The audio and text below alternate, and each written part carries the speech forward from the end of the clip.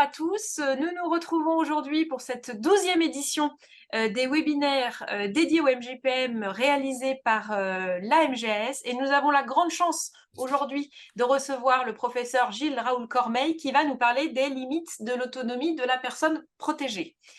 N'hésitez pas, comme je vous le dis régulièrement, à mettre vos remarques et vos questions dans le module de chat, hein, puisque nous pourrons aborder ces questions eh bien, dans le temps de questions-réponses qui est prévu à l'issue de son intervention. Professeur, merci d'être avec nous aujourd'hui. Je vous propose de lancer dès à présent notre webinaire. Je rappelle pour ceux qui arrivent très rapidement les règles. Donc ce webinaire est enregistré.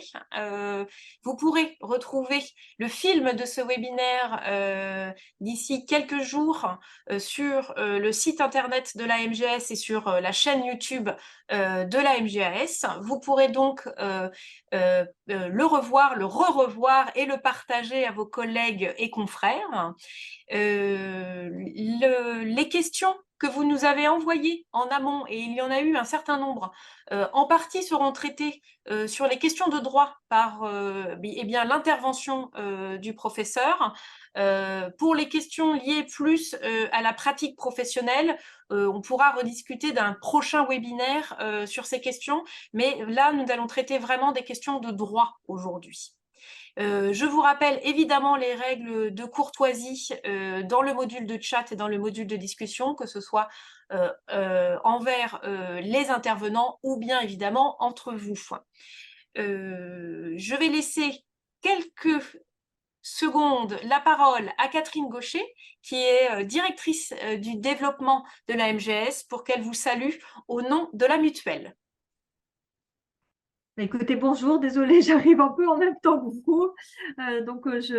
Merci Monsieur Raoul Cornell pour votre participation et toute la préparation active qui a eu lieu entre vous, les équipes et Aurélie Péco. Un grand merci. Je représente Laurent Azoulay, notre directeur général qui n'a pas pu se connecter aujourd'hui. Donc, c'est avec plaisir que nous continuons nos webinaires avec des fréquences trimestrielles sur des sujets qui vous concernent. Je vais juste vous indiquer que la MGS dispose de solutions de protection pour la santé à destination de vos majeurs protégés. On a un réseau de conseillers présents sur toute la France qui est à votre disposition pour échanger à la fois sur vos préoccupations de métier et bien sûr sur notre métier à nous qui est celle d'assurer le remboursement des soins pour vous et pour vos personnes. Qu'on a un outil extranet MJPM qui est dédié à vous faciliter la tâche avec un certain nombre d'étapes qui sont dématérialisées à la fois pour faire des devis, pour suivre votre portefeuille, pour vous aider dans vos déclarations comptables. Voilà, mais tout cela sera mieux expliqué par mon équipe commerciale que par moi-même. Donc, je vous souhaite la bienvenue à ce webinaire. Et puis, comme moi, je vais écouter sagement et avec beaucoup d'intérêt les propos de Monsieur Raoul Corneille. Merci beaucoup. Eh bien, professeur, vous voilà bien introduit, c'est à vous. Je vous laisse la parole pour démarrer votre intervention. Peut-être voulez-vous démarrer avec le programme que vous avez préparé pour aujourd'hui. Merci beaucoup Aurélie de votre accueil et puis de tout le travail qui a pu être réalisé en amont pour que cette séquence se passe au mieux. Un grand merci à la MGS voilà, de m'accueillir. Je dois dire que j'ai rencontré sur différents colloques Monsieur Bernard Héron et c'est vrai que voilà, je trouvais normal de pouvoir répondre favorablement à sa demande puisque c'est lui qui m'a demandé le premier en tout cas de faire une conférence au MJPM sur ce thème, sur les limites de l'autonomie de la personne protégée. Alors en introduction, il faut évidemment revenir sur les textes du Code civil. Pourquoi?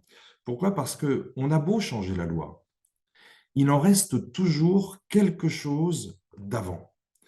Et je m'adresse ici aux MJPM, et les MJPM savent très bien qu'ils rencontrent un certain nombre de professionnels qui sont parfois campés sur des points de vue qui sont aujourd'hui, on pourrait presque dire, rétrogrades, et on pourrait se demander finalement, ben, quel est ce fond de vérité qui pourrait justifier leur position.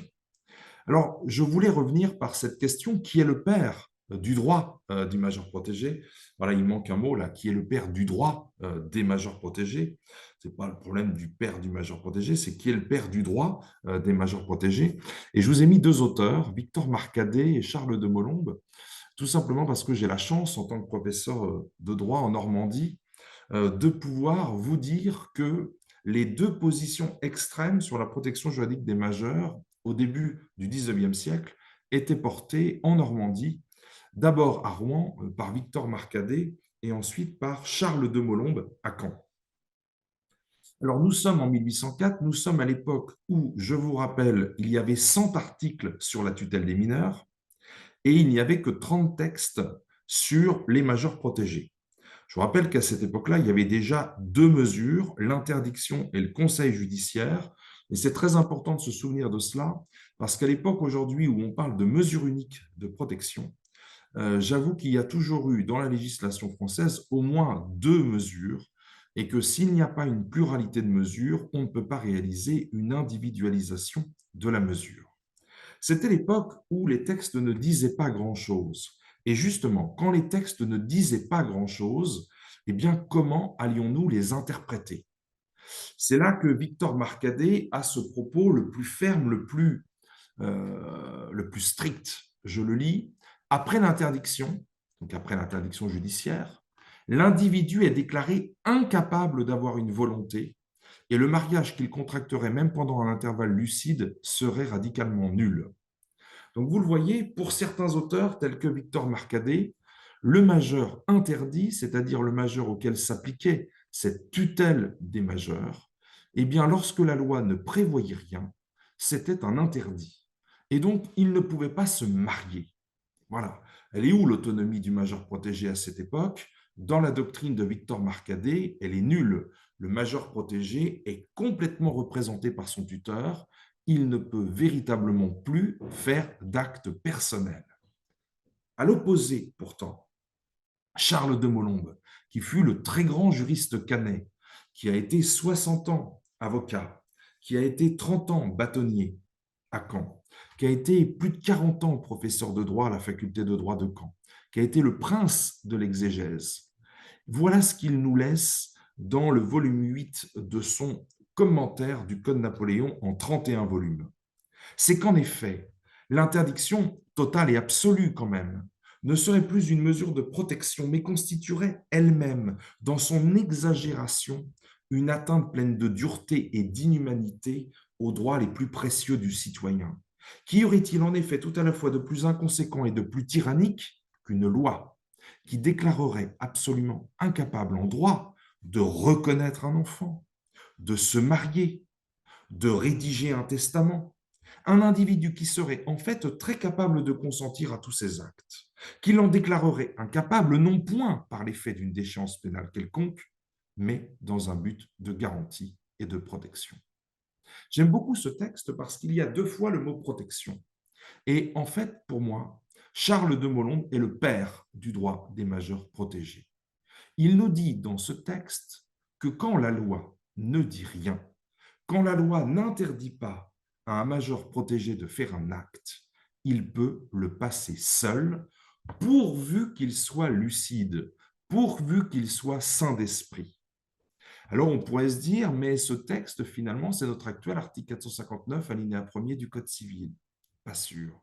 Pas sûr, car Charles de Molombe, en réalité, va beaucoup plus loin que le droit actuel. Pour Charles de Molombe, à cette époque, un majeur interdit peut reconnaître un enfant, il le peut aujourd'hui s'il est lucide, mais peut aussi rédiger un testament s'il est lucide. Aujourd'hui, en tutelle, il lui faut une autorisation du juge.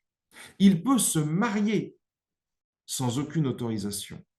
Vous voyez, Charles de Molombe est en avance sur son temps et Charles de Molombe est, si j'ose dire, le précurseur du droit actuel, du droit des majeurs protégés, où l'autonomie, finalement, dans son sens kantien, pouvoir se donner à soi-même sa propre loi, être apte à pouvoir discerner le bien du mal, être apte à pouvoir discerner son intérêt dans une situation.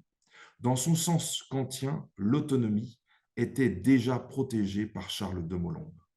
L'autonomie a une limite, c'est l'absence de lucidité, c'est lorsque ce que l'on dit finalement, soit on ne se souviendra plus après, soit on le dit aujourd'hui, mais finalement on ne le dit pas avec la gravité susceptible de pouvoir être à la base d'un engagement durable. Ces limites à l'autonomie, elles ne viennent pas du droit, elles viennent plutôt aujourd'hui, eh bien, de la personne elle-même, de ses faiblesses, de sa vulnérabilité.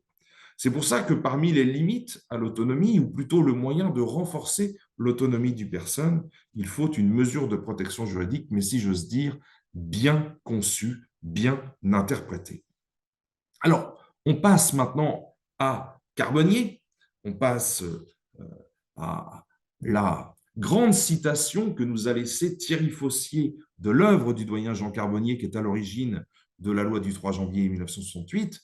Peut-on protéger sans diminuer? Peut-on protéger sans infantiliser? Comment exercer une mesure de protection tout en respectant l'autonomie? Cette pensée très humaniste du doyen Carbonnier, eh bien, on va la retrouver dans un ouvrage très précieux qui s'intitule « Essai sur les lois ». Il y a un petit clin d'œil de Jean Carbonnier dans « Essai sur les lois » à Montesquieu, dans l'esprit des lois. Tous les deux étaient des juristes de Bordeaux. Jean Carbonnier nous dit ce mot exceptionnellement humaniste, qui est véritablement inspiré des philosophes tels que Foucault, Surveiller et punir. Je le lis, je lis Carbonnier. Mais légiférer sur les fous, pour les fous, n'est-ce pas le pire? Très vite, l'impression doit vous venir qu'on ne peut être pour eux sans, au fond, d'une certaine manière, agir contre eux. Car toute protection des aliénés, en un sens, les aliène par cela seulement qu'elle les suppose étrangers à l'univers raisonnable. Si bien que, procédant des meilleures intentions, une législation protectrice ne fera qu'ajouter de son métal à cet appareil répressif par lequel les sociétés modernes, avec des hypocrisies variables, rejettent de leur sein ceux qui ont le malheur d'avoir des mécanismes mentaux dissidents. Des mécanismes mentaux dissidents. Prendre des décisions qui, pour beaucoup, sont étrangères à l'univers raisonnable. Il y a ici un jugement de valeur.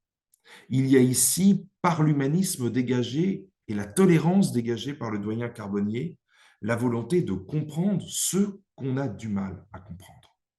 Et donc, on peut dire qu'il y a un renversement des choses en 1968. Mais Carbonnier n'est pas un humaniste idéaliste. Carbonnier, c'est un humaniste raisonné.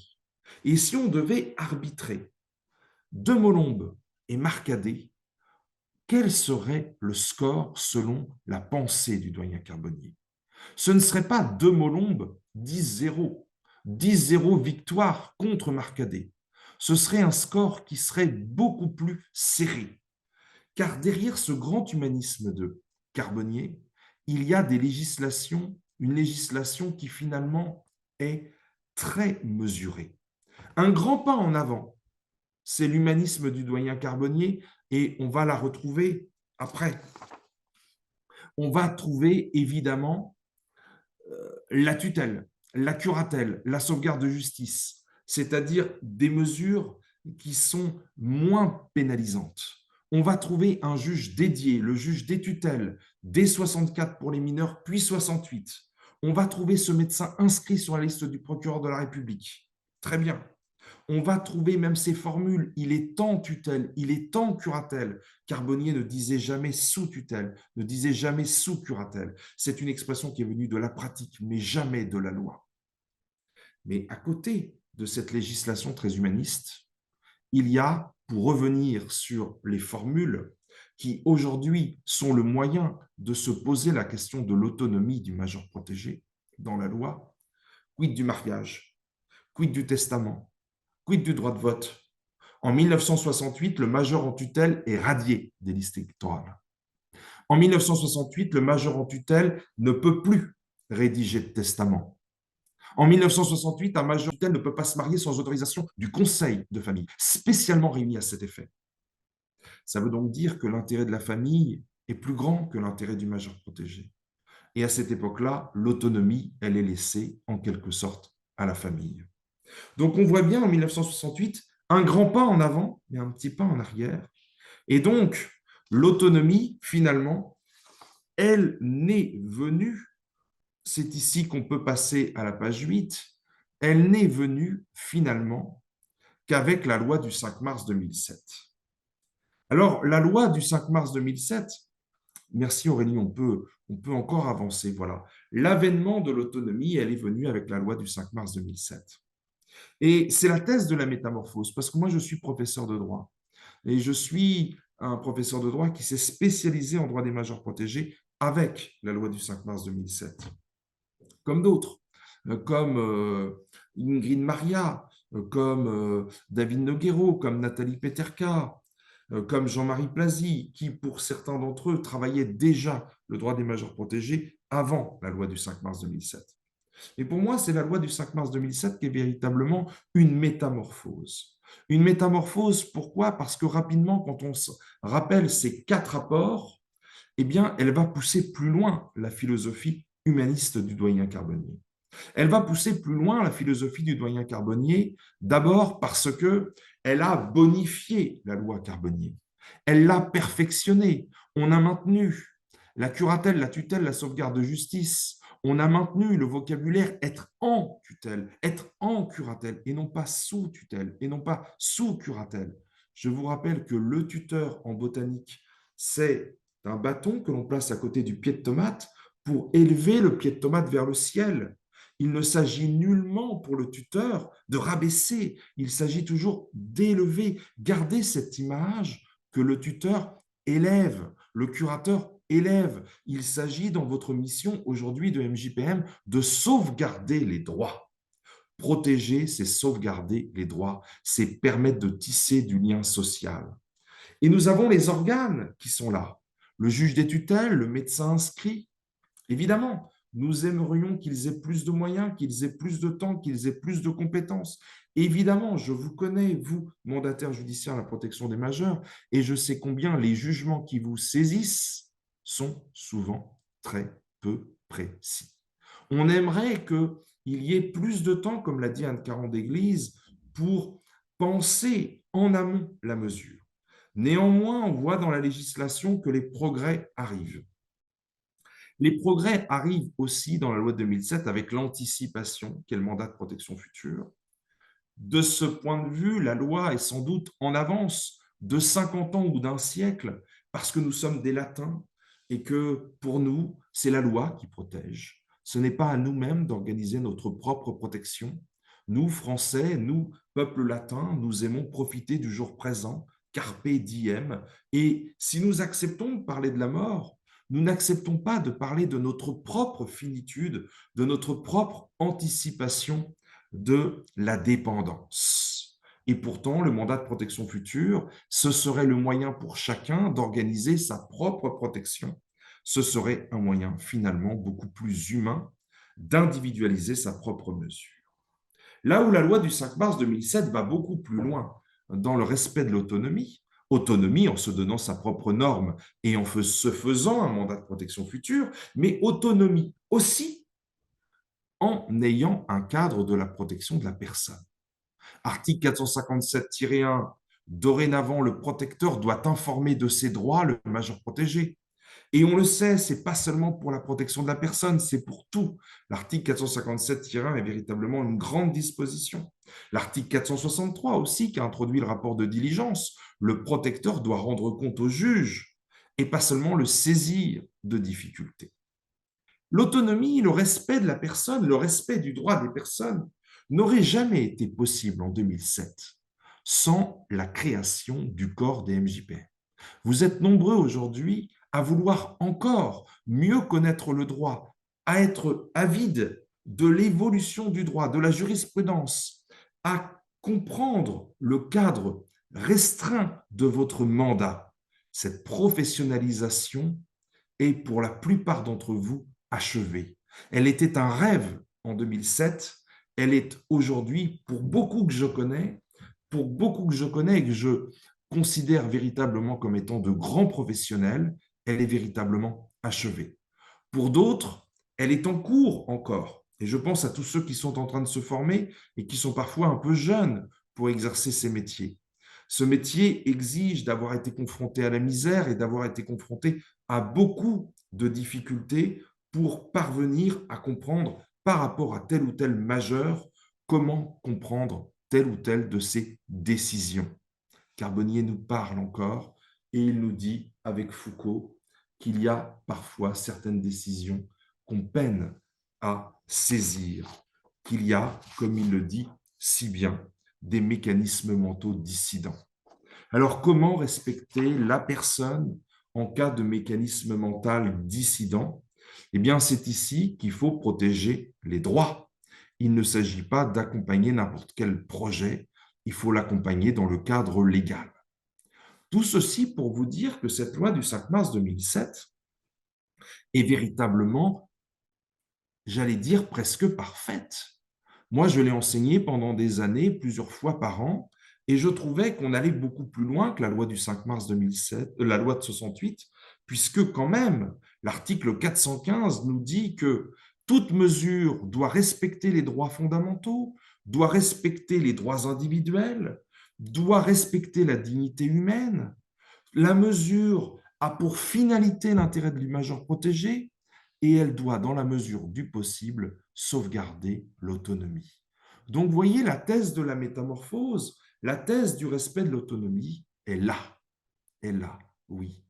Mais si en 2012, je me disais que finalement tout allait bien dans le meilleur des mondes et tout irait beaucoup mieux si les MJPM avaient des moyens, finalement cette conclusion fut de courte durée. En 2015, en octobre 2015, il y a eu un colloque exceptionnel organisé par Benoît Hérault, par le groupe Contraste, dont les actes ont été publiés dans un ouvrage qui s'intitule « Choisir et agir pour autrui », point d'interrogation. Et ce jour-là, avec Anne Caron-d'Église, avec Nathalie Peterka, avec Muriel Rebourg, avec Ingrid Maria, avec Laurence Gatti, nous découvrions qu'il y avait une Convention internationale du droit des personnes handicapées, la CIDPH. Nous découvrions que l'ONU avait obtenu de la France qu'elle s'engage sur une convention internationale. Convention internationale qui avait été négociée âprement par le ministère des Affaires étrangères. Et c'est là on voit qu'en France, la loi, elle ne se fabrique pas toujours avec tous les ministères. Il y a du cloisonnement. Et donc, cette loi, elle a été préparée par les Affaires étrangères, mais sans que le ministre des Affaires sociales, sans que le garde des Sceaux, sans que le secrétariat d'État à la famille ne soit au courant. Si bien que ceux qui sont derrière cette CIDPH, ceux qui sont derrière ce comité de suivi de la Commission internationale du droit des personnes handicapées, ont considéré qu'il fallait réécrire la loi du 5 mars 2007.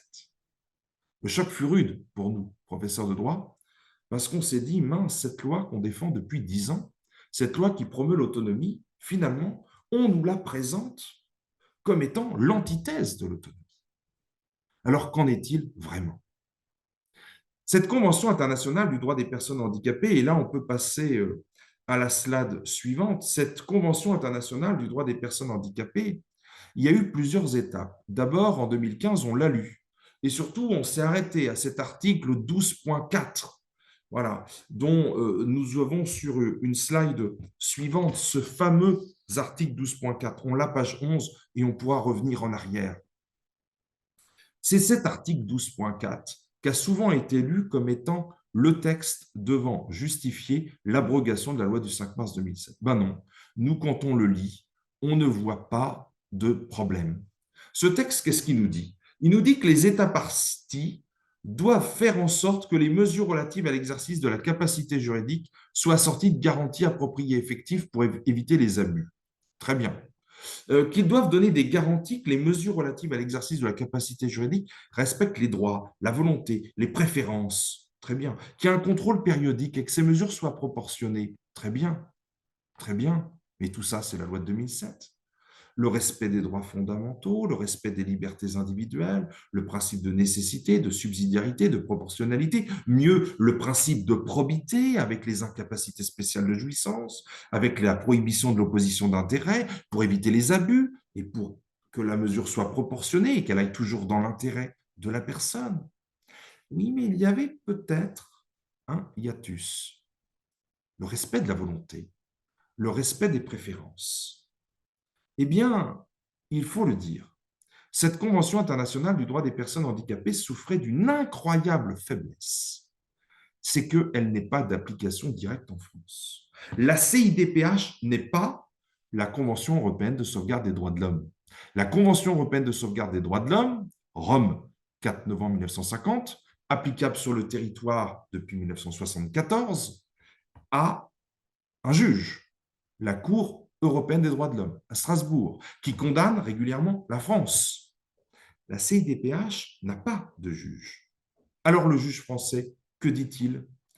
Le juge français ne dit pas grand-chose sur la CIDPH et je voulais prendre deux arrêts dans un contexte très particulier, la loi Badinter, celle des accidents de la circulation.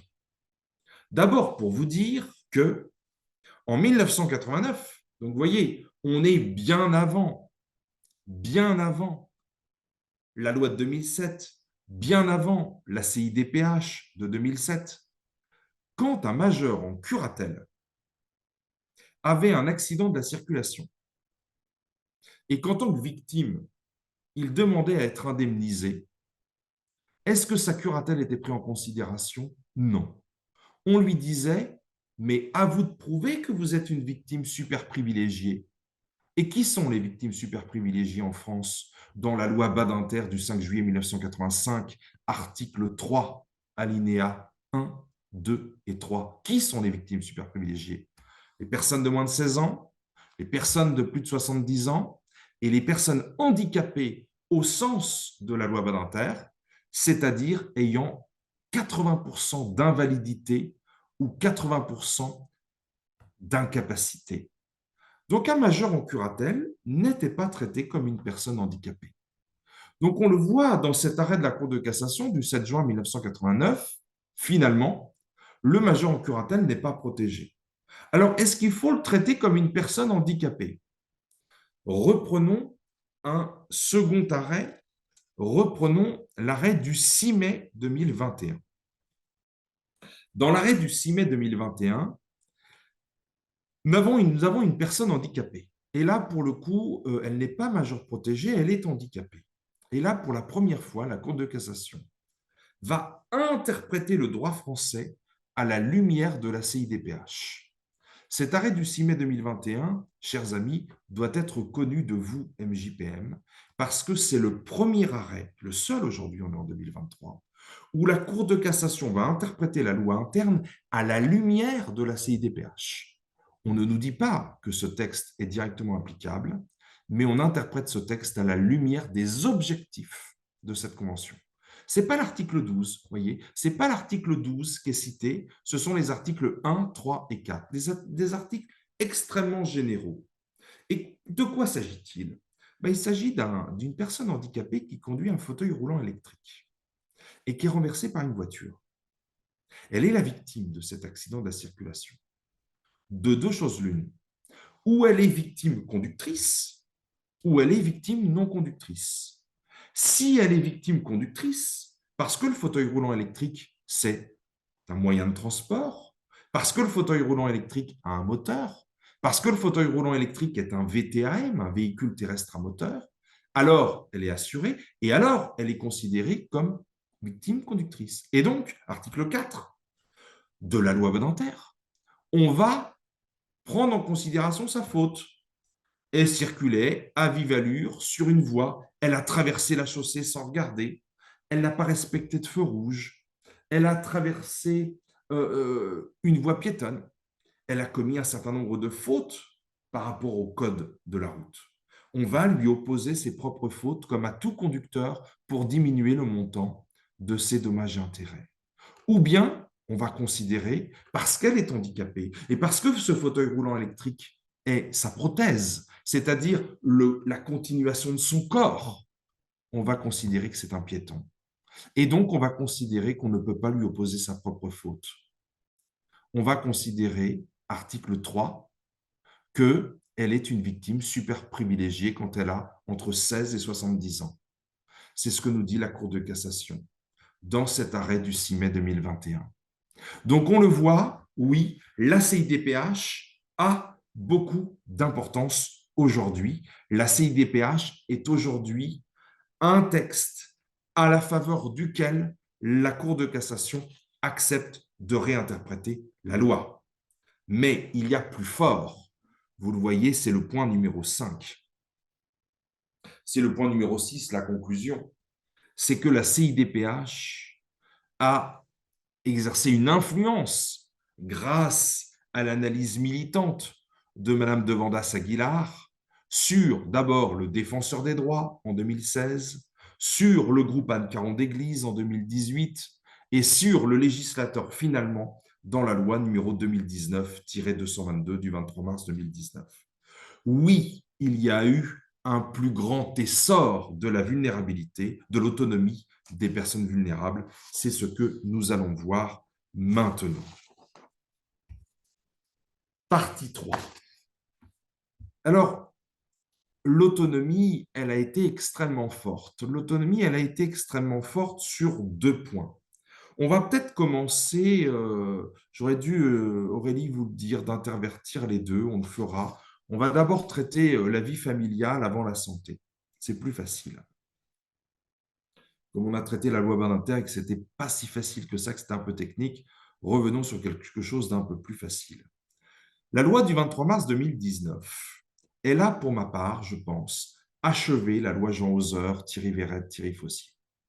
Elle a achevé cette loi du 5 mars 2007 parce qu'elle s'est finalement libérée d'un certain nombre de textes qui, on l'a vu en lisant de Molombe, étaient plus dans la loi Carbonnier que dans la législation de Molombe, tel qu'il était interprété par ce grand maître.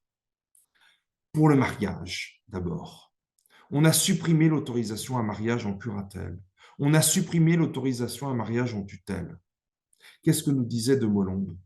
On peut se marier pourvu qu'on est lucide. Bien, vous voyez, avec la loi du 23 mars 2019, on a un article 460 du Code civil qui va proclamer l'autonomie. Mais ça ne veut pas dire qu'il n'y a pas de protection. Il y a une protection, mais c'est celle du droit commun. C'est la procédure de l'opposition à mariage. Le problème, c'est que la loi du 23 mars 2019 a juste précisé à l'article 175 du Code civil le tuteur et le curateur. Alors oui, chers amis, mandataires judiciaires à la protection des majeurs, pour vous, pas de difficulté. Vous êtes MJPM, vous avez la qualité de curateur ou tuteur. Très bien, mais si vous êtes mandataire spécial dans une sauvegarde de justice, vous ne pourrez pas vous opposer au mariage. Si vous avez un mandat de protection future et que vous êtes le mandataire, vous ne pourrez pas vous opposer au mariage.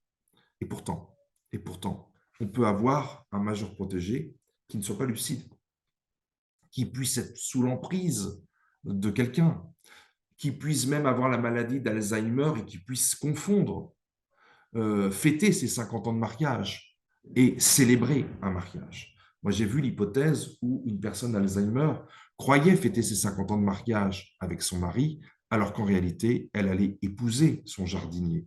Et si le procureur de la République n'était pas intervenu pour s'opposer au mariage, sur le fondement de l'article 146 et 184 du Code civil, le MJPM n'aurait pas pu obtenir, on était en sauvegarde de justice, d'empêcher le mariage.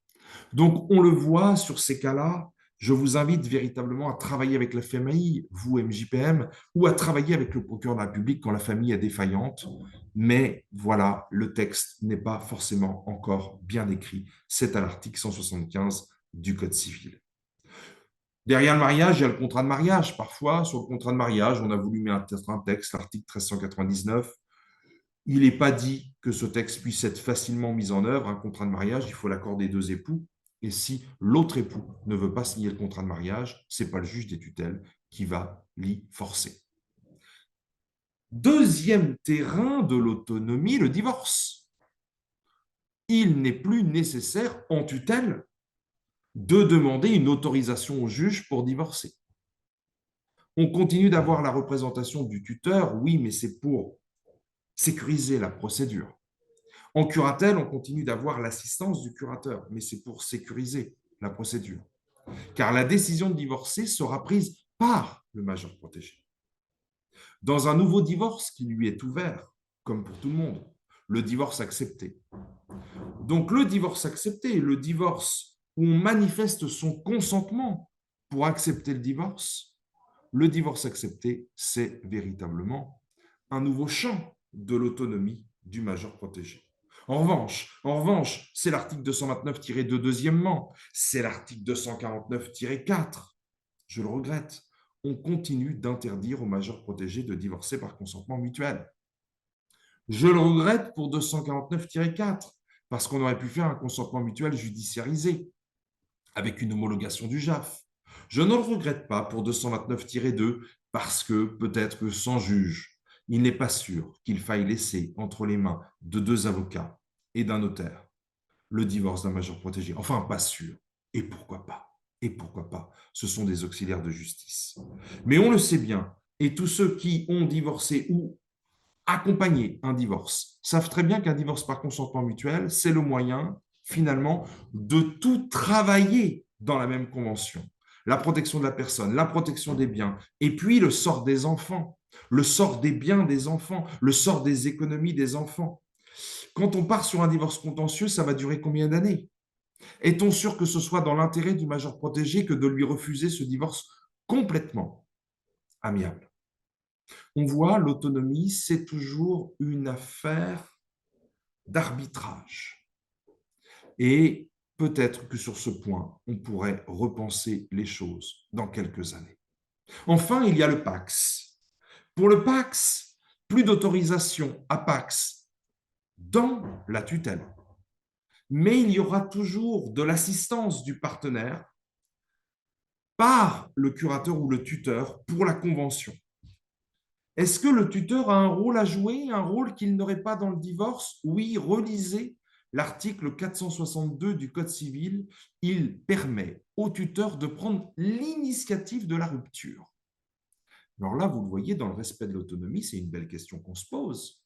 Comment, moi, tuteur, je peux prendre l'initiative de la rupture? J'ai rencontré le cas une fois quand on avait un majeur protégé qui avait été battu à mort et qui était sur son lit d'hôpital. Il fallait se poser la question pour le tuteur, est-ce qu'il était toujours de son intérêt d'être marié avec son agresseur? Est-ce que c'était son intérêt personnel? Est-ce que c'était son intérêt patrimonial? Qui allait hériter de l'autre? Est-ce qu'il avait de l'intérêt à être marié? Je n'ai pas dit que le divorce est forcément la sanction des violences conjugales. Mais c'est véritablement une situation où le tuteur pourrait, au moins dans le PACS, prendre une initiative que dans le divorce. Il lui sera difficile de prendre compte tenu que le texte a supprimé la question de la saisine du juge pour divorcer. L'enfer est pavé de bonnes intentions. Parfois, on supprime un mécanisme qui aurait pu avoir exceptionnellement une utilité. Et on est, nous, juristes, parfois démunis quand on n'a plus cet outil. On peut réinterpréter des textes anciens, classiques, peut-être même extrêmement sévères quand ils ont été pris, à la lumière d'une philosophie libérale.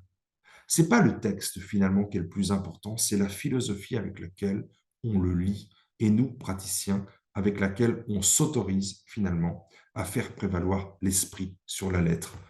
Il faut juste que cette pratique soit acceptée par le plus grand nombre et qu'elle soit acceptée par les juges, qu'elle soit promue au premier rang de l'État et finalement par les sachants, qu'elle soit promue dans des groupes déontologiques, dans des groupes éthiques. Il y a de grandes réflexions qui ont été menées. Je pense par exemple aux repères éthiques où était présente la FNMJ, où était présent la FNAT, l'UNAF, où était présente l'UNAPI, un document qui a été préparé par Fabrice Auxil, Anne Caron-d'Église, et pour lequel j'ai pu aussi, à un moment donné, y contribuer. Il y a beaucoup de problèmes éthiques que vous rencontrez, si bien que c'est souvent au cas par cas qu'on doit trouver une solution. Sur tous ces points, je pense que depuis 2019, vous êtes au point. Surtout que la question du couple du majeur protégé, c'est une question qui intéresse beaucoup les juristes et les notaires, sans doute ceux qui ont des patrimoines importants à gérer, mais qui ne concernent peut-être pas tous les majeurs protégés. La santé, en revanche, intéresse tout le monde. Et là, merci beaucoup Aurélie, là nous allons nous attarder sur la question de l'autonomie dans la santé. C'est là que la loi du 23 mars 2009 a été très loin, puisque la loi du 23 mars 2009 a, par un article grand 9, grand 4, donné autorisation au gouvernement de prendre par ordonnance la possibilité de réécrire tout le code de la santé publique et tout le code de l'action sociale et des familles lorsque ceux-ci visent le majeur protégé. Ce qui a été créé de toutes pièces par l'ordonnance du 11 mars 2020, c'est ces mots « mesures de protection juridique avec représentation relative à la personne ». Vous voyez, c'est ces mots, Aurélie, qu'il faudra qu'on ajoute. Mesures de protection juridique avec représentation relative à la personne. Qu'est-ce que ça veut dire, mesure de protection juridique avec représentation relative à la personne? Cette expression longue, barbare, elle est présente dans 64 articles du Code de la santé publique et du Code de l'action sociale et des familles. Ce texte, bien sûr, on va le rencontrer parfois dans des textes spéciaux, la stérilisation thérapeutique, la recherche biomédicale, où aujourd'hui, dorénavant, c'est plus seulement la tutelle qui est précisée, c'est aussi la curatelle, la sauvegarde de justice, le mandat de protection future et l'habilitation familiale. Mais qu'est-ce que ça veut dire dans les textes généraux, mesures de protection juridique avec représentation relative à la personne? Que voulait l'auteur de cette ordonnance lorsqu'il a écrit ces mots? Eh bien, tout simplement, sauvegarder l'autonomie du majeur protégé. Et c'est là qu'on va revenir sur l'article 459 du Code civil. Cet article 459, c'est un texte qui comprend plusieurs alinéas où il faut avoir un raisonnement en escalier. L'idée, toute simple, c'est que quand l'autonomie est forte, la protection est forte, est faible. Quand l'autonomie est faible, la protection est forte. Donc, vous avez un système de vases communicants. Moins l'autonomie est forte et plus la protection est forte. Que nous dit l'alinéa premier d'abord de l'article 459? Un texte qu'Anne Caron d'Église nous a lu toutes les heures, pendant les 40 heures qu'on travaillait avec elle au ministère, sur les 4 mois, en 2018. La personne protégée prend seule les décisions relatives à sa personne quand son état le lui permet, dans la mesure où son état le lui permet. On a l'impression que c'est de Molon qui nous parle. C'est le majeur protégé qui décide seul, quand il est lucide, quand il est autonome et qu'il peut se fixer à lui-même sa propre norme, c'est lui qui prend la décision. Et quelle qu'elle soit, sauf si on est sur un texte particulier, parce que pour la stérilisation, il faudra toujours une autorisation du juge, parce que pour la recherche biomédicale, il y aura aussi un certain nombre de précautions à prendre, il faudra que vous relisiez ces textes précis, mais de manière générale, et quelle que soit la gravité de la décision médicale, arracher une dent de sagesse, soigner une carie, ou tout simplement avoir une visite chez le médecin, la vaccination, ou très gravement consentir à l'amputation d'un rein, d'un sein, de ses jambes, d'un bras. Quand le majeur protégé peut prendre seul la décision parce qu'il est lucide, quelle que soit la mesure, c'est lui qui prend la décision. C'est une grande réforme qui avait déjà été écrite en 2007, mais elle n'était pas entrée en vigueur parce que le Code de la santé publique disait le contraire. Il nous disait que le tuteur devait toujours co-décider, soit en co-assistant, parce que co-décidé par l'assistance, parce que le majeur protégé était lucide, soit en décidant pour lui, parce qu'il n'était pas lucide. Eh bien, dorénavant, quelle que soit la mesure, c'est le majeur protégé qui décide. Et si le juge n'a pas prévu d'autre chose, le MJPM est coincé. Mais le juge peut, au regard du certificat médical circonstancié prévoir une mesure d'assistance à la personne, ou il peut prévoir une mesure de représentation à la personne. Et c'est là qu'on va arriver sur la mesure de protection juridique avec assistance de la personne, ou la mesure de protection juridique avec représentation de la personne. Ce n'est pas parce qu'on a une tutelle qu'il y a forcément assistance ou représentation. Ce n'est pas parce qu'on a une curatelle qu'on a forcément assistance. Il faut que le juge ait visé l'article 459 alinéa 2. Si le juge, dans son jugement, n'a pas visé l'article 459 alinéa 2, vous ne pouvez rien faire en tant que MJPM par rapport aux textes généraux. Grande réforme qui a été enfin obtenue grâce à l'ordonnance du 11 mars 2020, entrant en vigueur le 1er octobre 2020. Et le Code de la santé publique nous le dit d'une autre manière que le Code civil, mais il nous le dit. Le représentant ne représentera, c'est-à-dire n'autorisera cet acte médical que si, 1, le juge l'a prévu dans le jugement, et 2, que si le majeur protégé ne peut pas décider seul. Si le majeur protégé peut décider seul, il décide seul. Si le majeur protégé peut décider avec l'assistance du protecteur, et que le juge a prévu que l'assistance était possible, il décidera avec l'assistance de son protecteur. Et si il ne peut pas s'exprimer, et que le protecteur, seulement en tutelle et dans l'habilitation familiale générale par représentation, et que le protecteur a reçu un pouvoir général de représentation, alors celui-ci pourra exercer son pouvoir. Bien sûr, il pourrait être en désaccord. Imaginons que le major protégé ne voulait pas se faire amputer, qu'il ait dit « je veux mourir entier » et qu'il l'ait dit 10 fois à son tuteur, et que là, il est inconscient. Le tuteur ne doit pas en profiter parce que le médecin lui dit « c'est maintenant qu'il faut l'opérer, sinon il va mourir ». Le tuteur ne doit pas dire « dans son intérêt, je le ferai, mais je dois respecter sa volonté ». Eh bien, c'est ici qu'il faut respecter l'autonomie. Il faut respecter l'autonomie, quitte à en mourir. Alors, le texte vous dit qu'on peut saisir le juge si on n'est pas d'accord, car après tout, vous pourriez être d'accord avec le médecin et considérer que dans son intérêt, il faut qu'il se fasse opérer, mais il faudrait que vous disiez au juge, attention, moi, je suis d'accord avec le médecin parce que c'est son intérêt de l'opérer, mais lui, il ne voulait pas se faire opérer et il me l'a dit à plusieurs reprises. On n'est pas d'accord. À vous, monsieur le juge, à vous, madame le juge, de trancher ce litige dans l'intérêt de la personne. Généralement, cette saisine du juge prendra beaucoup de temps et peut-être qu'il sera trop tard pour le médecin d'attendre cette décision avant de procéder à la décision médicale. Dans ce cas-là, c'est le médecin qui prendra ses responsabilités. Mais on le voit, l'autonomie, elle est protégée. L'autonomie, elle est protégée en matière familiale et elle est protégée en matière médicale. Mais quand il y a des limites à l'autonomie, quand nous sommes face à un major protégé qui ne peut plus s'exprimer seul, alors, il y faudra aller voir le juge. Alors, je vois passer ici une interrogation du MJPM à laquelle je réponds immédiatement.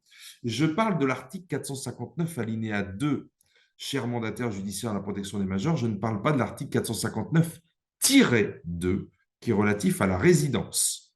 Attention à ne pas confondre la question de la résidence 459-2 et la question de la santé. Voilà, c'est l'article 459 alinéa 2.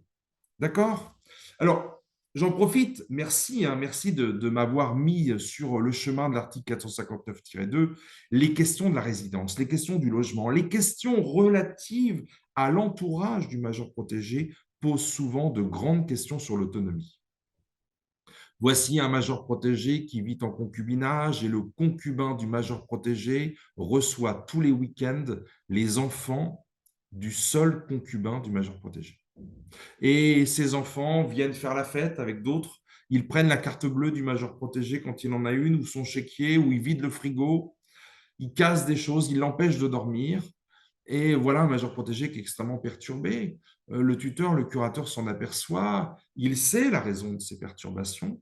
Et il dit, je suis vraiment embêté parce que si je dis à mon concubin, ne reçois plus tes enfants le week-end, mon concubin va partir. Le concubin va partir. Et on est là dans un cas éthique. C'est où je continue à vivre en concubinage, lundi au vendredi, c'est le bonheur, et je dois vivre le samedi et le dimanche. Que faire? C'est là que vous, MJPM, vous devez trouver parfois des solutions sociales. N'attendez pas du juge qu'il trouve toujours une solution, mais comme dit l'article 459-2, alinéa 3, en cas de difficulté, le juge statue. En cas de difficulté, le juge statue. Donc, essayez des choses. Prenez en note un certain nombre de manifestations de volonté du majeur protégé. N'oubliez pas que vous êtes auxiliaire de justice. N'oubliez pas, MJPM, que vous avez prêté serment. C'est l'article R 471-2 du Code de l'action sociale et des familles. Vous avez juré loyauté au juge et silence. Vous ne devez pas parler de votre mandat avec d'autres que ceux avec lesquels vous exercez le mandat. Il faut respecter ce serment. Il faut surtout prendre des notes pour être un auxiliaire de justice extrêmement honnête par rapport à la restitution de la volonté du majeur protégé. Là où l'autonomie est très difficile à respecter, vous le voyez, c'est articuler le droit et le fait, je le répète en matière de santé, pour assister ou pour représenter un majeur protégé, il ne faut pas seulement avoir reçu du juge le mandat, il faut ensuite que l'exercice de ce pouvoir soit nécessaire. Ce n'est pas parce qu'on a le pouvoir d'assister qu'on assiste. Ce n'est pas parce qu'on a le pouvoir de représenter qu'on représente. Là, c'est le domaine de la protection des biens. Et dans la protection des biens, il y a moins d'autonomie. Il pourrait y en avoir un peu plus avec les curatelles renforcées et la question de la remise de l'excédent entre les mains du majeur protégé. C'est une très belle question. Et je sais bien qu'en pratique, elle pose difficulté. Mais en droit des biens, il y a la sécurité contractuelle. Et en droit des biens, il faut véritablement respecter le texte à la lettre. Quand on vous dit qu'il faut assister, soit vous assistez, soit vous n'assistez pas, mais le majeur protégé ne pourra pas prendre seul la décision. Quand la loi vous dit qu'il faut représenter, soit vous représentez, soit vous ne représentez pas, mais vous ne pouvez pas prendre la décision. Le majeur protégé ne peut pas prendre la décision. Dans la protection de la personne, c'est différent. Dans la protection de la personne, si le juge vous dit « vous assisterez », ça ne veut pas dire que vous prendrez avec lui la décision ou que vous vous opposerez. Ça veut dire que vous pourrez aussi le laisser prendre la décision si son état le permet. Article 459, alinéa 1er. C'est de Molon ici qui l'emporte. Voilà. Donc, je sais bien que ce n'est pas très facile à comprendre tout cela. C'est un idéal que celui de respecter l'autonomie. Cette ordonnance du 11 mars 2020, elle a été pensée autour d'une table à la chancellerie où il y avait Anne Caron d'Église et Fabrice Auxil, notamment, quelques juges. Voilà. Il faut savoir que l'idéal de l'autonomie est très, très, très difficile à accepter pour les médecins, pour les infirmières, pour toutes celles et pour tous ceux qui sont encore dans le paternalisme médical et qui veulent que par le MJPM, on puisse imposer la décision. Alors sans doute, tout ce que je vous ai dit là sur la question de l'autonomie et des limites de l'autonomie posera des questions, mais je voulais terminer avec la preuve par 9, avec la question de la responsabilité civile professionnelle. Car après tout, la question de l'autonomie ne se mesure véritablement qu'avec la question de votre responsabilité. Dans la question de la responsabilité, j'ai mis en avant un certain nombre de décisions. Vous avez, page 19, la liste des décisions que je tiens à votre disposition et avec lesquelles, finalement, je pourrais vous démontrer les limites de l'autonomie.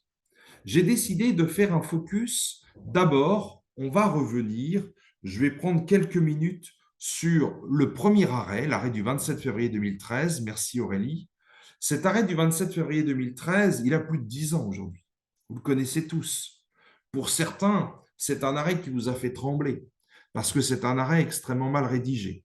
Vous avez deux petites sœurs, l'une est en tutelle, deux petites sœurs octogénaires qui vivent dans une petite maison, dans un petit lotissement. Et il y a une association tutélaire. Et l'association tutélaire, eh bien, reçoit un jour un coup de fil de la femme de ménage qui leur dit: « Je suis un peu inquiet parce que elles utilisent un appareil de cuisson au gaz et un jour, il pourrait y avoir une explosion au gaz. Il pourrait y avoir une fuite de gaz et pourraient s'endormir à cause du gaz et pourraient mourir, quoi. Ça serait peut-être bien un jour de passer un appareil de cuisson électrique. » Et donc, cette dame qui est en charge de la mesure, cette salariée, dans l'association ADEI, ADPP, eh bien, cette association tutélaire, puisque finalement, quand on est salarié, on travaille pour la personne morale, cette association tutélaire va organiser le changement de l'appareil de cuisson. Un lundi, eh bien, on change d'appareil de cuisson. On met un appareil de cuisson électrique, on le raccorde à l'électricité, et puis c'est le mardi, parce que le lundi, ils n'étaient pas disponibles, qu'un professionnel qui est habilité par Gaz de France va retirer tout le réseau de conduite du gaz. Le lundi soir, avant que le réseau de conduite du gaz ne soit déposé, les petites sœurs ont leurs petites habitudes avant de manger. Il y en a une qui ouvre le gaz et puis l'autre qui ouvre l'appareil de cuisson. Le risque a été aggravé puisqu'elles n'ont plus un appareil de cuisson au gaz. Le gaz rentre dans la pièce et avec l'appareil électrique, il va y avoir le déclenchement d'un incendie. Heureusement, elles vivent au rez-de-chaussée, elles sortent de la maison. La maison va flamber, mais elles ne vont pas mourir de cet incendie. Alors, qui va indemniser? L'assureur de la maison qui va payer la somme de 148 000 euros. Et après, il va rechercher et la responsabilité de l'association ADEI, ADPP et la responsabilité évidemment du majeur protégé. À cette époque-là, car les faits se sont produits avant le 1er janvier 2009, un MJPM ne pouvait pas avoir sa responsabilité directement engagée par un tiers. Donc, ils vont perdre sur ce point de vue-là. Ça sera la responsabilité de l'État du fait de la faute du MJPM. Mais, en l'espèce, on a retenu la faute du MJPM. Vous voyez la dernière phrase, la Cour d'appel a caractérisé la faute du MJPM. L'ADEI, ADPP. Bon, à cette époque-là, ils n'étaient pas MJPM, ils exerçaient le mandat judiciaire de protection des majeurs, mais il n'y avait pas encore la profession de MJPM. Très bien. En quoi la faute a-t-elle été caractérisée? C'est là que l'arrêt est terrifiant. C'est là que l'arrêt est extrêmement mal écrit. C'est pour ça que j'ai exercé une note très critique au Dalloz 2013, page 1300. La Cour de cassation nous dit que l'association ADI-ADPP, qui devait veiller au bien-être et à la sécurité de l'incapable, avait l'obligation de s'assurer que l'association Présence 17 avait supprimé tout risque pour une personne dont les facultés de discernement étaient altérées, une telle vérification ne nécessitant pas de connaissances techniques particulières. Ce texte est véritablement critiquable. D'où ça vient que le tuteur doit exercer une mission de veiller au bien-être et à la sécurité du majeur protégé? On voit bien quand on écrit incapable, on n'a rien compris à la loi du 5 mars 2007. Et parce que le juge de la responsabilité n'est pas un juge des tutelles. Le juge de la responsabilité, c'est un juge qui va statuer sur la responsabilité, mais qui ne connaît rien au droit des majeurs protégés, peut-être. C'est le cas ici. Il nous parle d'incapable en 2013, alors qu'on ne parle plus d'incapable depuis la loi du 5 mars 2007. Veiller au bien-être et à la sécurité, c'est l'article L.472-10 du CASF. Mais je pose la question, comment voulez-vous, en tant que MJPM, vouloir sauvegarder l'autonomie du majeur protégé, article 415 du Code civil, si, de l'autre côté, on vous dit que vous devez veiller au bien-être et à la sécurité du majeur protégé? Ça ne va pas. Donc, c'est pour ça que moi, j'ai dit, oui, le MJPM a commis une faute, mais il n'a pas commis cette faute-là. De surcroît, comment reprocher à un MJPM de ne pas avoir vérifié que l'association Présence 17, c'est celle qui a changé l'appareil de cuisson? Comment reprocher à l'association Présence 17 de ne pas avoir bien travaillé? Jamais un MJPM n'a pour rôle de vérifier qu'un artisan a bien fait son travail. Un MJPM n'intervient pas après. En revanche, il y a une faute qui est commise ici. Mais ce n'est pas une faute commise après. C'est une faute commise avant. Qui a décidé que le MJPM Qui a décidé, pardon, c'est le MJPM, qui a décidé qu'on allait changer l'appareil de cuisson le lundi et qu'on allait retirer le gaz, la conduite de gaz le mardi. Qui a accepté cette organisation? C'est le MJPM. Le MJPM qui était tuteur en l'espèce, le MJPM qui représentait le major protégé et qui signait pour lui ses contrats. Le MJPM doit bien organiser en amont les choses. Et parce qu'il n'y a aucun acte patrimonial qui n'a pas des conséquences parfois sur la personne. Il ne faut pas que le risque soit aggravé. Et en l'espèce, là, ce n'est pas l'appareil de cuisson au gaz qui posait problème, c'est le changement d'appareil de cuisson qui n'avait pas été bien organisé. Donc on le voit, on en a tiré des leçons, ça fait 10 ans que vous connaissez cette jurisprudence, mais je voulais vous la rappeler parce que vous avez peut-être oublié cet arrêt du 27 février 2013, la protection de l'autonomie, la garantie de l'autonomie peut, sous l'angle du droit de la responsabilité, apparaître comme une défense insuffisante. Ça sera difficile pour vous, s'il y a un drame, de vous dire « oui, mais il était autonome ». Ça sera un peu difficile. On vous demandera toujours « avez-vous apprécié le risque ?» Comment avez-vous fait pour apprécier son autonomie, pour la sauvegarder? Son autonomie existe-t-elle en fait pour qu'en droit, vous puissiez la sauvegarder?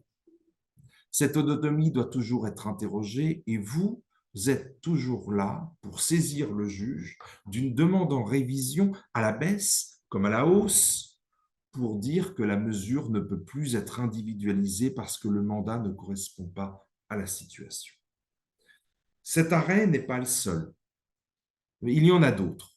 Et tous les autres, finalement, vous permettre, on va rester sur celle-ci, Aurélie, parce que je ne vous ai pas mis l'arrêt du 7 décembre 2021.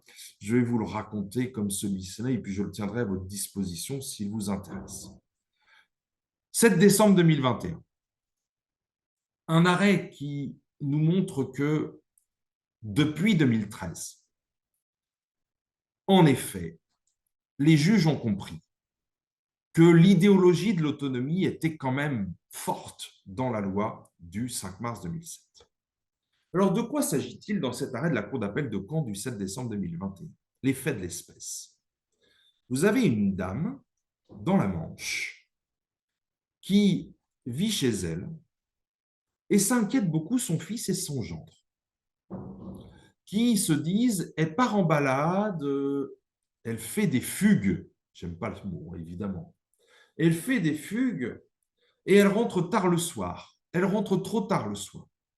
Alors il faudrait une mesure de tutelle pour la contraindre à rester chez elle, peut-être même aller en EHPAD. Et donc, qu'est-ce qu'il fait? Qu'est-ce que font le gendre et la fille? Ils font ouvrir une mesure de protection juridique. Mais ils refusent la tutelle et c'est une association tutélaire qui va exercer la tutelle. 7 mois après l'ouverture de la tutelle, que se passe-t-il? On retrouve la personne morte un matin, les pieds dans du grillage à moutons ficelé. Et elle s'était pris les pieds dans du grillage à moutons en pleine nuit, était tombée et s'était embourbée, n'avait pas pu se relever, elle était morte de froid en février. Évidemment, le gendre et la belle-fille, que font-ils? Ils portent plainte contre l'association tutélaire. Ils veulent rechercher sa responsabilité. Quand on porte plainte, on est au pénal. Au pénal, classement sans suite. Il n'y a aucune infraction. Mais au civil, est-ce que l'association tutélaire, est-ce que le MJPM avait commis une faute? Et c'est là qu'on va retrouver tous les détails de l'affaire.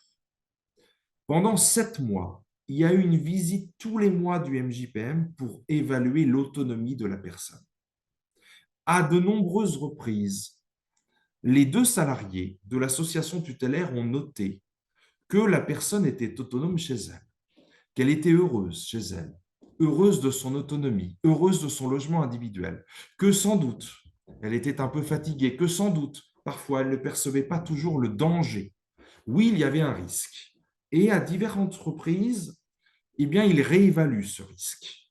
À un moment donné, ils se disent, ça serait peut-être bien qu'elle aille en EHPAD. Alors, ils font des recherches pour lui trouver une place en EHPAD. Mais ils lui disent, on a fait ces recherches, maintenant c'est à vous de donner votre consentement pour aller vivre en EHPAD. Elle dit, c'est encore trop tôt. Elle refuse. Le rendez-vous suivant, au bout de 5 mois, l'association tutélaire dit, il va falloir qu'on saisisse le juge. On lui laisse encore 1 mois pour réfléchir. Bref, au jour où elle était décédée, ils étaient prêts à saisir le juge. Sur le fondement, Madame, vous m'avez donné cet article 459-2, alinéa 3. En cas de difficulté, le juge statue sur le lieu de la résidence. Seul un juge des tutelles peut imposer de vivre en EHPAD lorsque le risque est trop grand.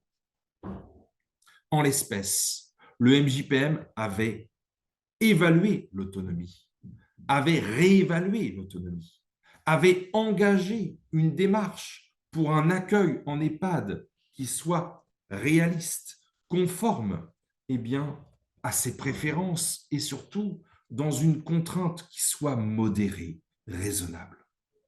Elle est morte. Et alors? Et alors, peut-être qu'elle préférait vivre 7 mois ainsi plutôt que de vivre extrêmement longtemps en EHPAD, assis sur une chaise, complètement enfermé.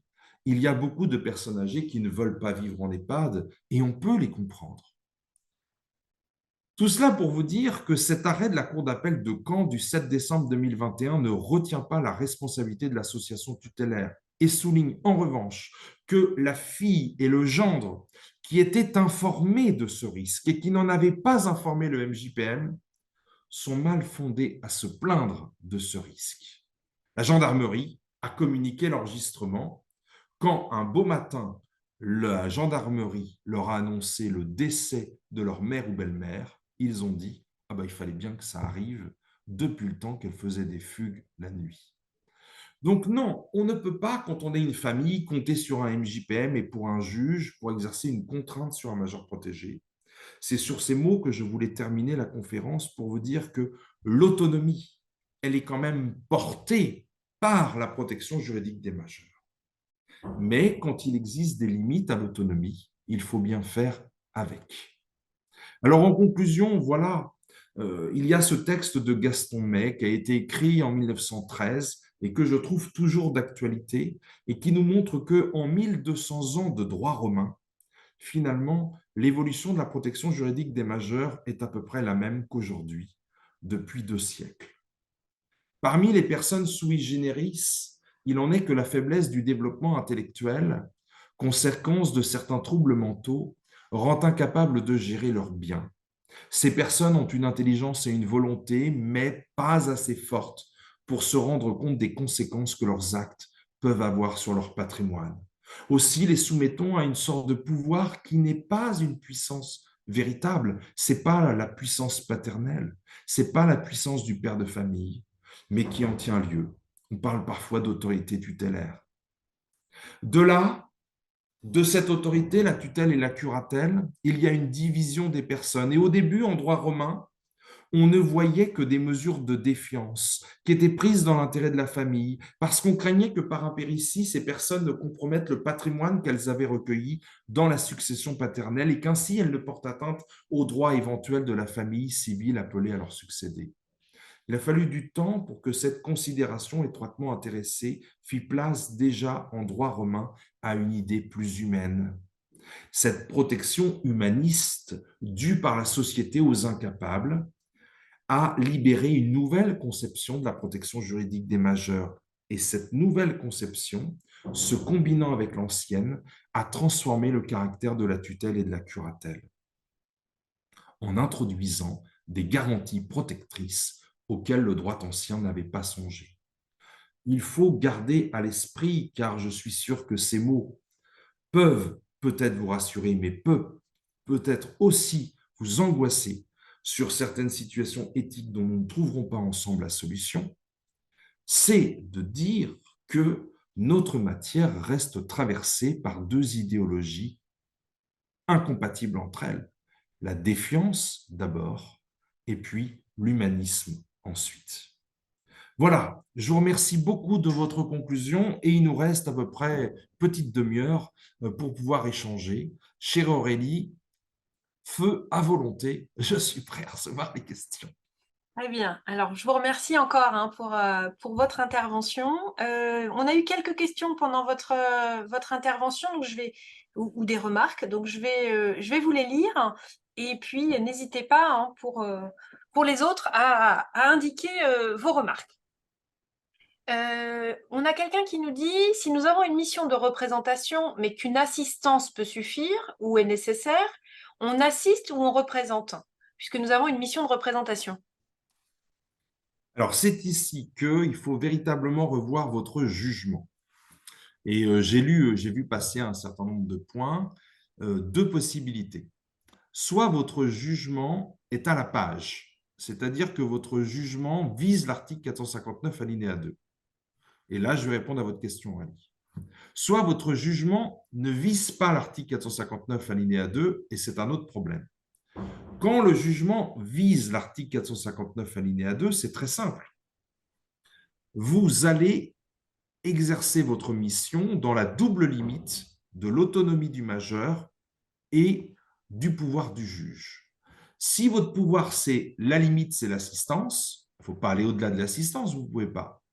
Si la limite, c'est la représentation, vous pouvez aller jusqu'à la représentation, mais vous ne représenterez que si c'est nécessaire. Si elle peut prendre seule la décision, la personne protégée la prend seule. Si elle peut la prendre avec votre assistance, ça suffira. Vous ne la représentez que si c'est nécessaire. Maintenant, le vrai problème, c'est pour toutes celles et tous ceux qui ont des mandats, et il y en a beaucoup, qui ne visent pas l'article 459 alinéa 2. Dans ce cas-là, il faudrait retourner devant le juge pour qu'il précise et qu'il mette son jugement à jour de l'ordonnance du 11 mars 2020, qui n'était qu'un texte devant permettre de mieux connaître la loi du 5 mars 2007. Donc, des juges, je le dis, hein, malgré nos conférences faites à l'ENM, n'étaient pas finalement dans les clous sur le fondement de la loi du 5 mars 2007. Donc, il faut retourner vers eux. On peut le faire sur un fondement de l'interprétation. On demande au juge d'interpréter son jugement et de nous dire qu'est-ce que vous nous avez donné comme pouvoir dans la protection de la personne au sens de l'article 459-2. Est-ce que je dois revenir vers vous pour renforcer la mesure? Parce que introduire une mesure d'assistance ou une mesure de représentation au sens de l'article 459 alinéa 2, c'est clairement renforcer la mesure. Donc, c'est l'article 442 alinéa 4, c'est un CMC avec une requête, c'est assez compliqué. On a quelqu'un qui nous dit la prescription de médicaments est-elle considérée comme un accès aux soins? Donc, si refus de prise de traitement, action de choix de la personne protégée. Alors attention, il y a deux choses dans votre élément. La prescription, c'est un acte médical, mais par contre, le fait de prendre les médicaments, c'est le consentement du majeur. Donc, si le majeur refuse de prendre son médicament, vous n'allez pas les lui donner en forçant. Vous pouvez essayer de le convaincre. Allez, il faut prendre ces médicaments. Allez, voilà, mais il ne faut pas le faire de force. Hein, ce n'est pas une mesure de contrainte. Donc, c'est là qu'on va tomber sur des difficultés. N'oubliez pas cette chanson de Michel Berger, hein, Résiste, prouve que tu existes. Et donc, parfois, quand on est très vulnérable, le seul moyen de vivre encore, c'est de dire non. De dire non. Et quand on prend du temps avec la personne, qu'on est soignant et qu'on prend du temps avec elle, on arrive à obtenir son consentement. Alors parfois, il faut beaucoup de temps, je suis d'accord. Et c'est peut-être pas votre job. Je suis d'accord aussi avec ça.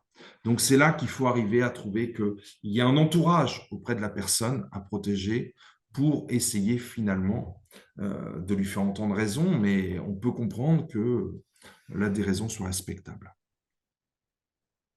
Si le jugement de curatelle ou tutelle ne mentionne pas l'article 459 alinéa 2, le curateur-tuteur a-t-il le pouvoir de représenter le majeur protégé pour consentir aux soins? Car lors de ma question en vue de campagne de vaccination grippe et Covid à venir pour des personnes en EHPAD qui ne peuvent pas consentir aux soins, les juges m'ont répondu que même si les dispositions de l'article 459 alinéa 2 ne sont pas mentionnées dans le jugement, elles s'appliquent aux mesures en cours. Ouais, alors je vois bien dans vos réactions que tout n'est pas bien compris. retenez bien cet escalier. Assistance ou représentation. On peut mettre de l'assistance en curatelle ou en tutelle, hein. Mais on ne peut pas mettre de représentation en tutelle, enfin en curatelle, hein. Là, j'ai quelqu'un qui me dit, Alexandra, je n'ai jamais vu le cas d'une curatelle avec une mission de représentation pour acte relative à la personne. Non, j'ai jamais dit que c'était possible, ça. Ça reste interdit. Relisez l'article 459 alinéa 2. Ce n'est qu'en tutelle et dans l'habilitation familiale générale par représentation que le juge peut aller jusqu'à la représentation de la personne. En revanche, là où on a voulu sauvegarder l'autonomie, c'est qu'on a voulu mettre de l'assistance en tutelle. L'inverse n'est pas vrai. On ne peut pas mettre de représentation dans la curatelle. Sauf pour la gestion des biens, il y a quand même la curatelle renforcée, vous le savez. Mais pour la protection de la personne, il n'y a jamais de représentation dans la curatelle. Sauf peut-être en cas de désaccord, quand on laisse le curateur prendre seul la décision. Mais c'est exceptionnel. C'est L1111-2, grand 3 ou alinéa 8, qui évoque aussi l'article 469. Mais ce n'est pas une organisation générale. Voilà. C'est ponctuel. Alors, qu'est-ce qui décide d'exercer un pouvoir d'assistance ou de représentation et de doser son pouvoir? Qu'est-ce qui décide de l'autonomie? C'est vous, MJPM. C'est vous qui évaluez le risque. Simplement, si vous ne pouvez pas le faire seul, faites-le avec d'autres, avec un psychologue, avec un médecin, avec un soignant. Et tout ça, vous le tracez par écrit et vous les faites signer quand vous évaluez l'autonomie. Voilà, parce qu'un jour, peut-être, on ira rechercher votre responsabilité. Donc, il faut véritablement que vous engagiez, hein, alors peut-être pas faire signer à chaque fois, mais vous dites, je vais travailler avec vous en pluridisciplinarité, je dois réinterroger l'autonomie de manière régulière et j'ai besoin de faire le point très régulièrement à partir d'un certain nombre d'actes. Il faut faire ce qu'on appelle des synthèses avec des soignants, avec un certain nombre de personnes qui sont des soignants. A-t-on des précisions jurisprudentielles concernant la notion de l'intimité de la vie privée? Article 459, alinéa 3. Alors oui, vous le voyez, beaucoup de bon sens, hein. Vous savez, en droit, c'est toujours difficile d'enfermer dans 3 mots la vie. L'article 9 du Code civil parle du respect de la vie privée. L'article 459, alinéa 3, parle du respect de l'intimité de la vie privée. Ce n'est pas la même chose. Il y a une gradation entre la vie privée et l'intimité de la vie privée. Le fait de vivre en EHPAD, ce n'est pas intime, ça. Le fait de dire que monsieur ou madame X vit en EHPAD et qu'elle a fêté ses 90 ans en EHPAD, ça, et qu'il y a une photo qui soit prise le jour de son anniversaire, ça, il n'y a aucun problème, ça. Ça, ce n'est pas une atteinte à sa vie privée. L'intimité de sa vie privée, c'est de dire qu'elle met une couche. C'est le fait de dire qu'elle ne peut pas prendre sa douche toute seule. C'est le fait de dire ou de fait de prendre en photo qu'elle dort avec un lit avec des barreaux sur les deux côtés, des grilles sur les deux côtés. Voyez la différence. L'intimité, c'est quelque chose finalement auquel seules les personnes très proches ont accès. Mais pour les autres, des éléments sur lesquels finalement nous-mêmes nous communiquons d'habitude, notre anniversaire par exemple, un voyage par exemple, ça c'est pas lié à l'intimité de la vie privée. Le fait d'avoir une relation sexuelle avec telle ou telle personne, ça c'est l'intimité de la vie privée. Le fait d'avoir telle ou telle opération chirurgicale, ça peut être parfois de l'intimité de la vie privée, mais pas toujours. Vous voyez, posez-vous des questions par rapport à vous-même. Voilà. Si on a un problème cardiaque et qu'on est absent de son travail pendant 2 ans et qu'on ne va plus pouvoir exercer tel ou tel métier, ça, ce n'est pas l'intimité de la vie privée. Parce que tout le monde va le savoir à un moment donné. Par contre, le fait qu'on vous ait retiré, je ne sais pas, moi, tel ou tel organe, ça, on n'est pas censé le savoir. Ça, c'est l'intimité de la vie privée. Donc, vous voyez, il y a quelque chose qui est de l'ordre du bon sens. On aimerait avoir une liste de ce qui est de la vie privée et une liste de ce qui est de l'intimité. On n'en a pas. Tout simplement parce que ce qui va entrer en ligne de compte, c'est la question de la notoriété. On le voit, par exemple, pour Jacques Chirac, la question de dire qu'il avait fait l'objet, enfin qu'il avait été malade de la maladie d'Alzheimer, on ne pouvait pas le dire, c'est un ancien président de la République. Donc on avait eu cette excellente communication en disant « mais non, il souffre d'anosognosie », c'est-à-dire qu'il n'est pas conscient d'être malade. Mais on ne nous a pas dit quelle était sa maladie. C'est seulement après sa mort, on nous a dit que c'était la maladie d'Alzheimer. Hein, vous vous souvenez, à un moment donné, il avait même donné des consignes de vote par rapport à Sarkozy et Hollande. Bon, bah, s'il avait eu la maladie d'Alzheimer, on n'aurait pas entendu les choses de la même manière. Hein. Donc, vous le voyez, ce qui vient bousculer la distinction entre l'intimité de la vie privée et vie privée, c'est la notoriété. Voilà, c'est la notoriété. Donc, ce n'est pas toujours évident. C'est pour ça qu'on a besoin d'un juge, c'est pour ça qu'on a de la jurisprudence, c'est pour apprécier parfois au cas par cas. Alors, on a eu plusieurs questions auxquelles vous avez répondu en partie par ailleurs.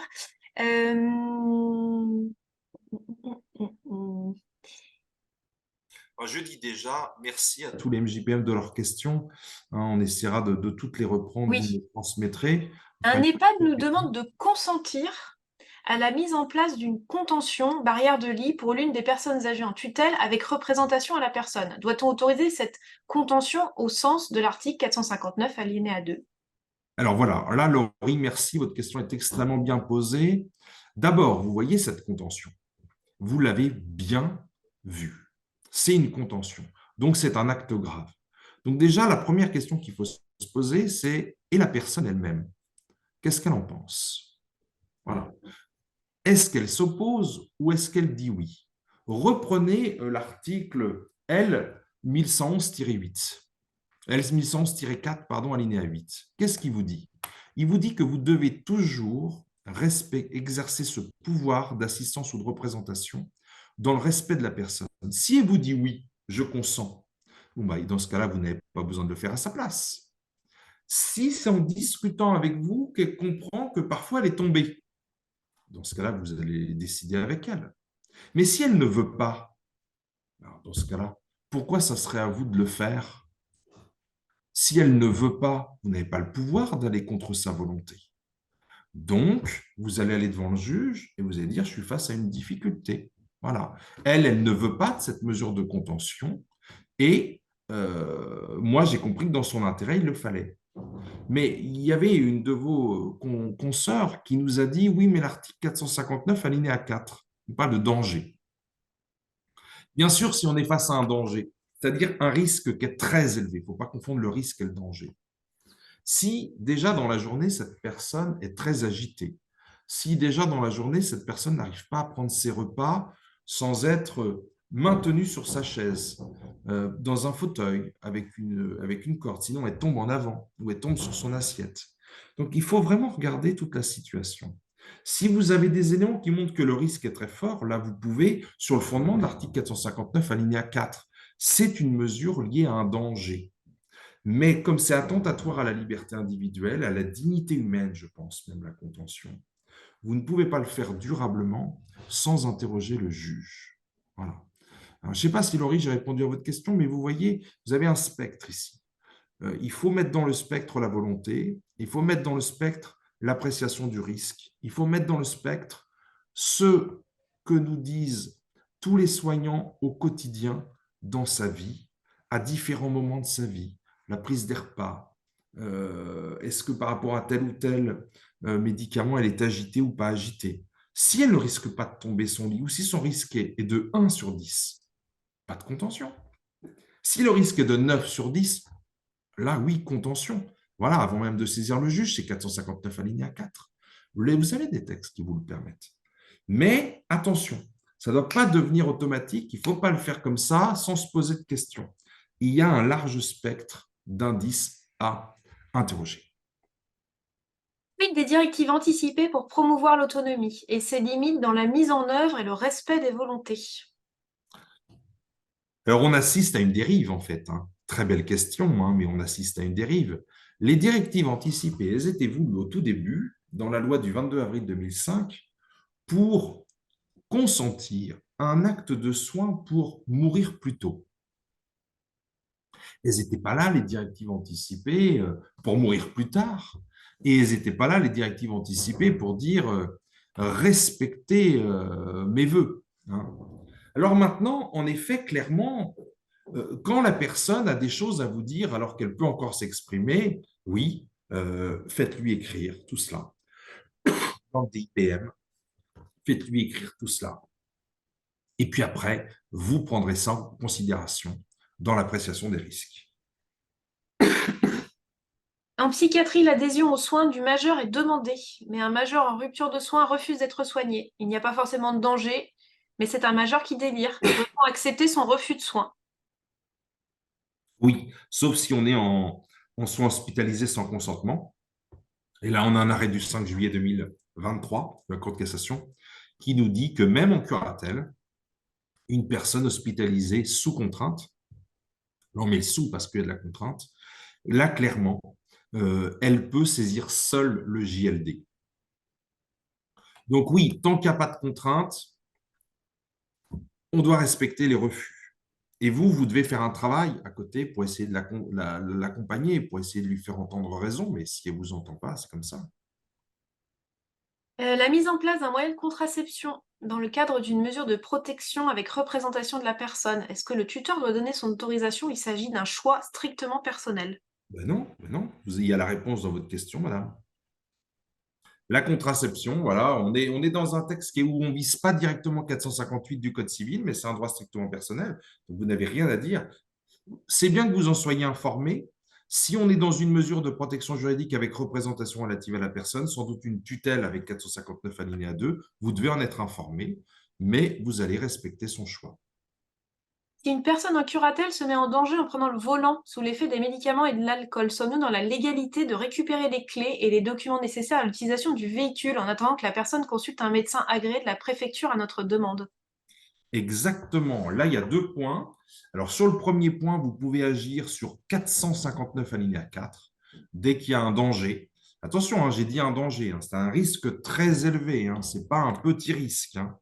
Mais dès qu'il y a un vrai danger, comme dans l'arrêt de la Cour de cassation du 27 février 2013, pas celui que j'ai vu avec vous, mais l'autre, où vous aviez un major en curatelle qui avait 1 et 2 aux yeux avec correction. Il s'achète une voiturette, d'abord, il rentre dans un platane. Il se rachète une deuxième voiturette, il se prend un deuxième platane. Et après, il veut racheter une troisième voiturette. Et là, on a été jusque devant la Cour de cassation, parce que c'est lui qui voulait racheter une troisième voiturette. Et puis, le curateur disait non, c'est contraire à son intérêt. Le juge disait non, c'est contraire à son intérêt. Et la Cour de cassation a dit, mais oui, il se met en danger parce qu'il n'a que 1 et 2 aux yeux. Donc, vous voyez, d'abord, vous statuez sur le danger, 459 alinéa 4, vous prenez la décision immédiate, et puis après, conformément à son intérêt, vous allez prendre la décision qui s'impose.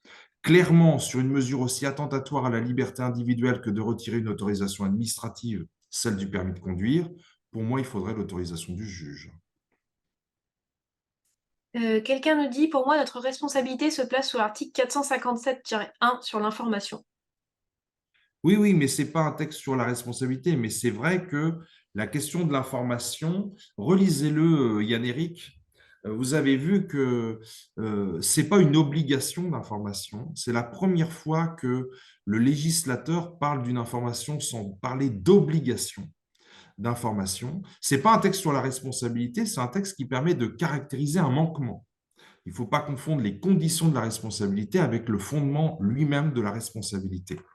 Et donc ici, l'article 457-1 donne au MJPM véritablement un pouvoir d'appréciation dans l'information qu'il délivre au majeur protégé. Et évidemment, selon sa capacité d'entendement, on ne va pas délivrer les mêmes informations.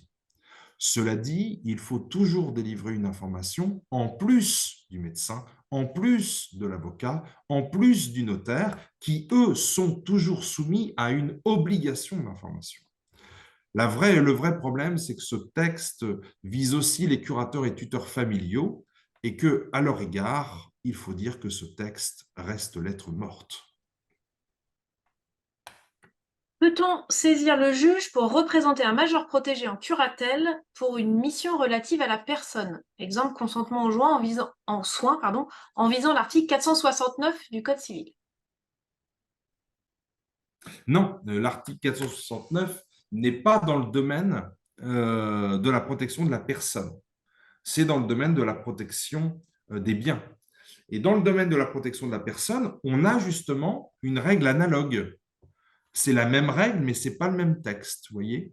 Donc là, vous allez voir, c'est l'article 459, alinéa 2, in fine, quand vous avez un désaccord, et on a mis la même règle dans le Code de la santé publique. Moi, j'y étais très attaché à ce qu'on écrive la même règle à l'article L 1111-4, alinéa 8. Le fils d'une de nos majeures en tutelle refuse de respecter les souhaits de sa maman quant à ses obsèques au motif que le jugement de placement en tutelle fait mention de l'impossibilité de sa maman à décider. Il estime que sa maman n'était pas en capacité de faire un choix. Ben, le fils, il n'est pas juge, hein. C'est pas le fils qui décide, hein. Donc là, ça pose un vrai problème, si vous voulez. Bravo, Caroline. Ça pose un vrai problème. C'est souvent des familles qui ne respectent pas ce que dise la personne protégée. Donc, clairement, si le problème se réalise, survient au décès, à un moment où vous n'aurez plus le pouvoir de faire respecter la volonté du majeur protégé, si vous pouvez anticiper, faites convoquer par le juge le fils à un entretien où vous serez présente avec le fils pour véritablement que la volonté du major protégé soit respectée. Avec un contrat obsèque, vous allez y arriver, mais il vaudrait mieux que le juge, quand même, fasse entendre raison au fils.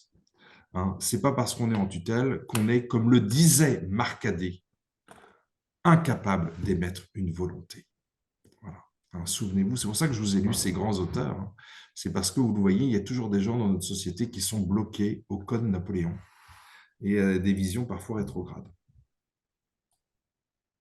On a une autre là. Alors, dans le cadre de la santé, un majeur en tutelle vivant en foyer avec des pulsions sexuelles l'amenant à des comportements inadaptés, pas de passage à l'acte pour l'instant, le médecin du foyer sollicite un traitement inhibiteur, qu'un traitement inhibiteur lui soit administré. Le majeur est dans l'impossibilité de se prononcer et nous ne sommes pas d'accord au niveau des chefs de service. J'estime que cela relève d'une castration chimique qui relève d'une décision pénale. J'ai pas vu votre question, c'est de qui? Euh, Très intéressant, hein. Là, clairement, on est dans les Madame Caroline Vitu. Ah, Caroline Vitu, à nouveau, Caroline. Clairement, j'ai pas la question sous les yeux.